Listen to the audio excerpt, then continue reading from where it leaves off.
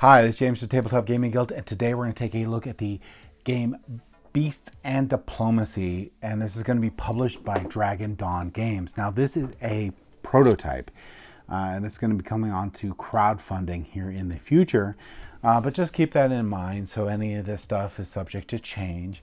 But in this game, you're going to be playing over 3 days, and you're going to be trying to collect different monsters to impress different royals to gain as many points as possible by the end of the game.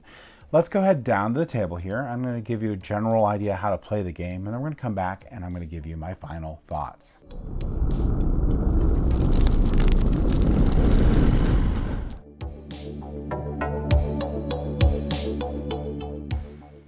All right, so this is what a layout for a 6-player game of Beasts and Diplomacy might look like. Now, we did a full playthrough and rules teach with the designer, so if you want a full rules teach on how to play this game, please see that video. I'm just going to go over a really quick, brief overview of what this game's all about, and you can check out the other video if you want to know exactly how to play Beast and Diplomacy. Now, this game is going to go over 3 days. And each of these days, you're going to go through the different day parts here and performing different actions. You're going to be trying to satisfy these different nobles here, royals here, to gain points. You're going to have different beasts in your area there to gain points, sort of making your own little zoo. You're going to have these different traders, and then using these traders, we're going to give you points at the end of the game. The points are down on the bottom here. And some of these cards over here, the green cards here, can give you points too. But either way, you're going to be trying to build up your tableau to gain as many points as you possibly can by the end of the game without losing points. Now, one of the key points of this game here is going to be, if you get these royals and you place them out, they're going to give you money throughout the game potentially, but if you can't satisfy their requests they have on the bottom here, then you're going to lose a bunch of points at the end of the game. It can be very, very devastating. Now, when you start the game, you're going to start the game with 5 cards here. Now there's a starter set that you could go, but you could a couple cards from each of the deck here to equal your 5, and this is going to be your starting hand. And you're going to use this to start building your tableau. You're going to try to look at some synergy here. You're going to be looking at what the requirements are for these different royals that you can get. For example, here, this patron here wants 3 of these. And well, what is that? Well, this is going to be, I believe, the earth symbol. And you're going to be looking at these monsters here. And these monsters are going to have a couple different symbols on them. They're going to have the region they're from. So this is the symbol to the region, but they're also have a letter on here, and each of these have different letters to make it a little easier to find. They're going to have their points value. They're going to have a cost here, so how much money they're going to cost an upkeep every day for you. They're going to be either nocturnal or diurnal. So they'll either have that light here. They could be meat eaters, or they could be herbivores that you see here. And then like this is the earth symbol, and this is another symbol here. There's like beast, fish, horse, dragon, and so on. And then they have a special symbol up here that you sometimes need to match. So these symbols here, you're going to be trying to match up with these royals that you're going to put out at different points of the game. So one of the things you're going to try to do is develop some synergy where some of the animals you put out match multiple of these. The other valuable thing about these animals is you can get traders here, and these traders will give you more money when you use them for however many things match. So it has to have this symbol here to get started out, and you're going to get 2 money automatically for that.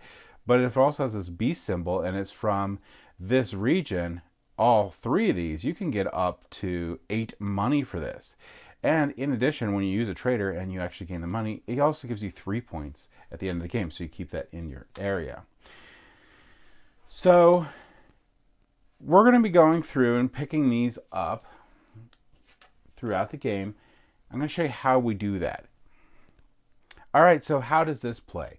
Well, you have a turn order here, And that's going to be determined from the discs. Starting with day 2 and 3, the person with the least amount of money is going to have their disc highest up. The person with the most amount of money is going to have their disc down towards the bottom. But anyway, so whoever's the disc on the top is going to go first, and then next, and so on. So when it's your turn for the first part of the day, everybody's going to draw 2 cards. So we're going to go in turn order. I'm going to pick one of these 2 bonus cards. But that's not it. What's really cool about this is the next player that has their 2 bonus cards can do a couple different things. They can discard one and place it face up, or they can discard both of theirs and pick up one. Now, each round you're going to have more of these. So the first round you'll end up with 1, second round you'll end up with 2, third round you end up with 3. So anyway, I can, once everyone has chosen, so let's say I want to switch, it comes back to me, I want to switch with this and have this one here. Once everyone has chosen their bonus cards, this part of the round will end. In future rounds, you're going to have your 1 bonus card and you pick up 2 more, and you can pick any of the 3 that you have and discard 1. Or you could have discarded 1 and picked 1 up from the pile here. And once everyone passes, that bonus round will end. Now these bonus cards are pretty simple. These ones are actually all about the same, but basically this one here, you'll get 3 points for every bird symbol that you have on the beasts that you have at the end of the game, so on and so forth. So between rounds, you'll put the bonus cards you picked face down on here. You can look at them anytime. So for your player area, you're going to have something like this. You're going to have your little mat here for your little meeples. The meeples are going to be based on your player count. You're going to have your starting area that you could put things in, which is your little cage. You have 1 starting area, and you also have your 5 starting cards and 15 money.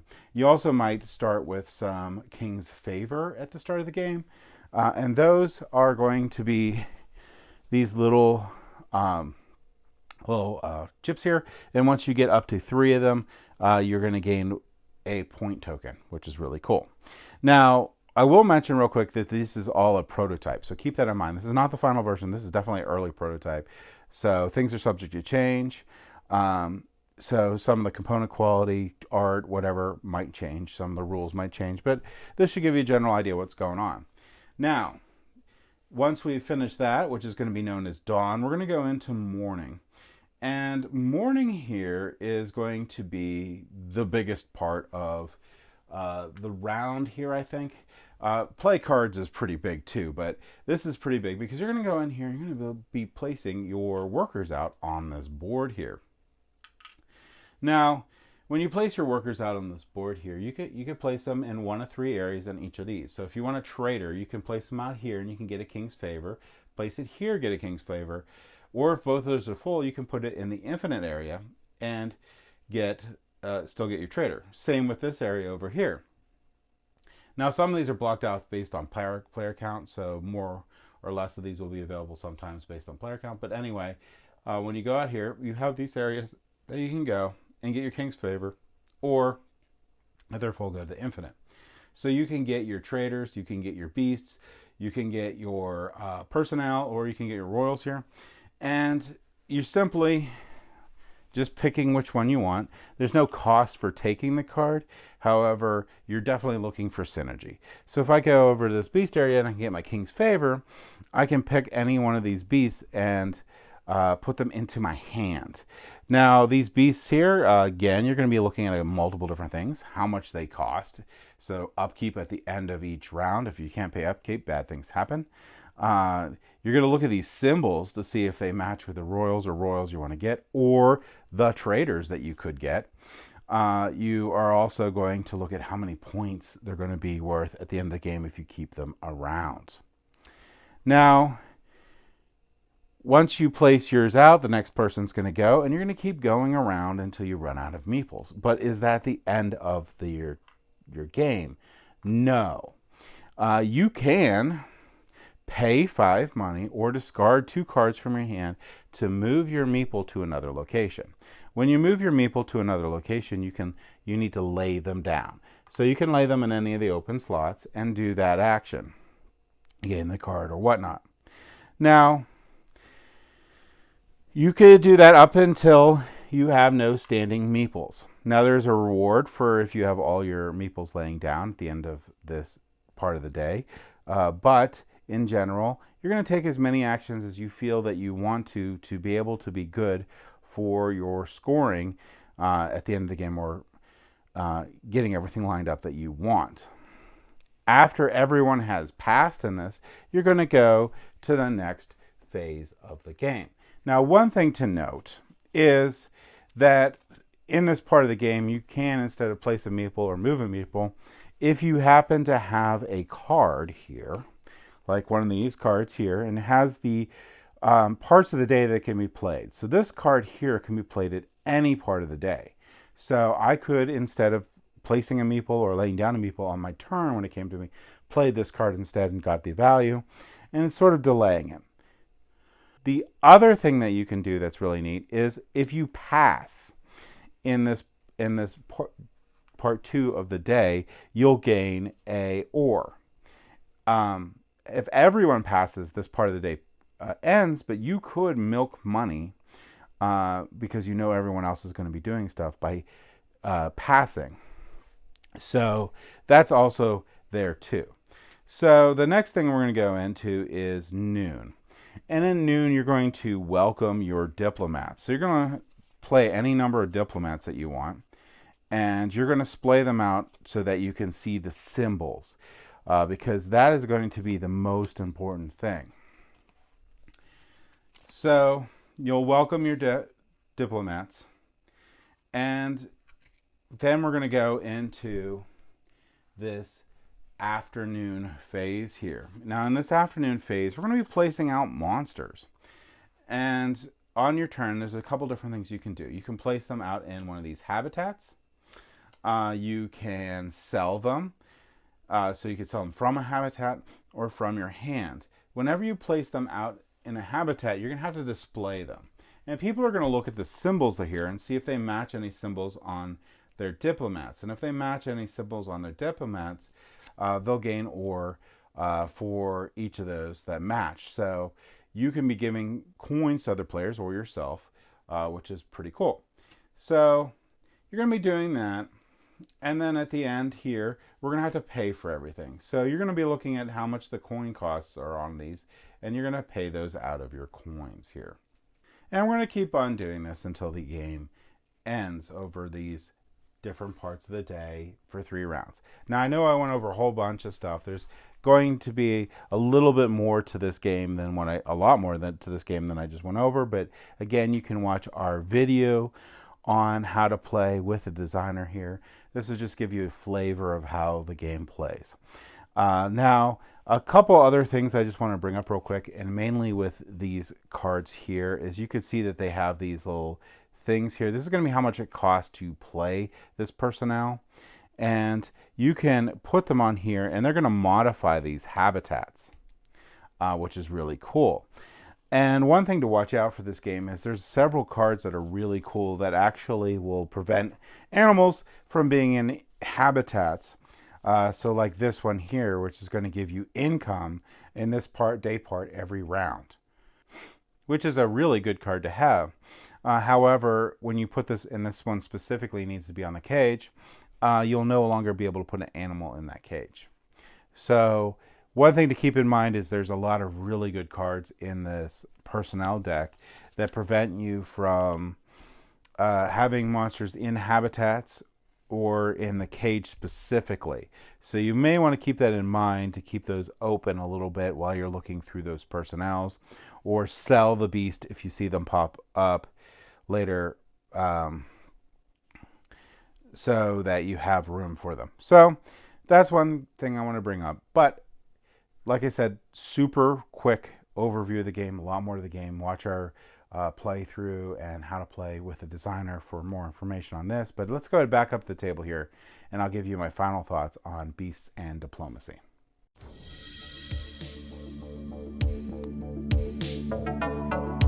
All right, so that was Beasts and Diplomacy.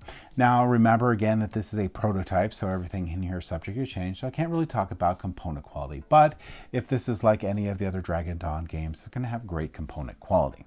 Now the gameplay itself, this game is a lot of fun. I really enjoy it. There's a lot of things to think about in this game. And the first game is pretty overwhelming. There's a lot of synergy and there's a lot of routes to victory. You don't necessarily have to have all your royals as your number one strategy to be pleased to gain all your points. You can gain points from the personnel. You can gain points from selling your beasts. You can gain points multiple different ways, and there's different ways to have a strategy to win the game, which I really do appreciate. This game here can lead to a little bit of analysis paralysis, but overall, you have to, once you get your first game through, you pretty much let that go, because a lot of what you're looking at could be taken by the time it gets to your turn. So you're just going to look for your best avenue in between turns and just take it. Now, there is a good amount of player interaction in this game, and this interaction is mainly in like denial. So taking the bonus cards from other players, because you're seeing that they have a lot of tags and that, so you're not necessarily going to get the most points from it, but you don't want your opponent to get all those points from it. Also taking of the different beasts that the other player might be eyeing up, like if they take the if they are looking to sell one, so they got the person to sell it, but they didn't get the beast yet, you might snag that up. So it can be a little bit of a mean game, but it's not too much. So and there's a lot of different avenues that you can take. So you can pivot pretty well in this game, but know that that's in there. You can definitely block people from their most advantageous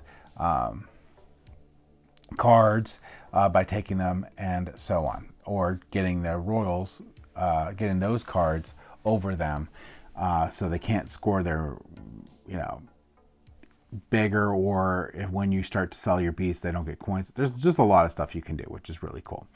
Like I said, we did a playthrough with the designer on there. I highly recommend checking that out if you want to see how the whole game flows. You'll see that too, that the first game is definitely a game where you're learning everything, but it does click pretty quickly, and then you get into those second games and it's going to be really more even cutthroat and fun. But overall, I really enjoyed Beast and Diplomacy. I think this is a game that I would think about getting to the table more often. As a prototype, we always send these off. So we won't have the luxury of continually playing this, but I'm looking forward to the final copy of this game and getting that to the table. So overall, really like this game. I think this game is going to be pretty solid. Can't wait to see what the final version is after they crowdfund it. But overall, if you like that, check out our video on how to play, so with the playthrough, and we actually talked to the designer and lots of really interesting things there, so check that one out. But if you like what we do, please like and subscribe. It really helps us out, helps us get more video content out to you guys and all that fun stuff. But either way, I hope you all have a great day, and thank you for watching.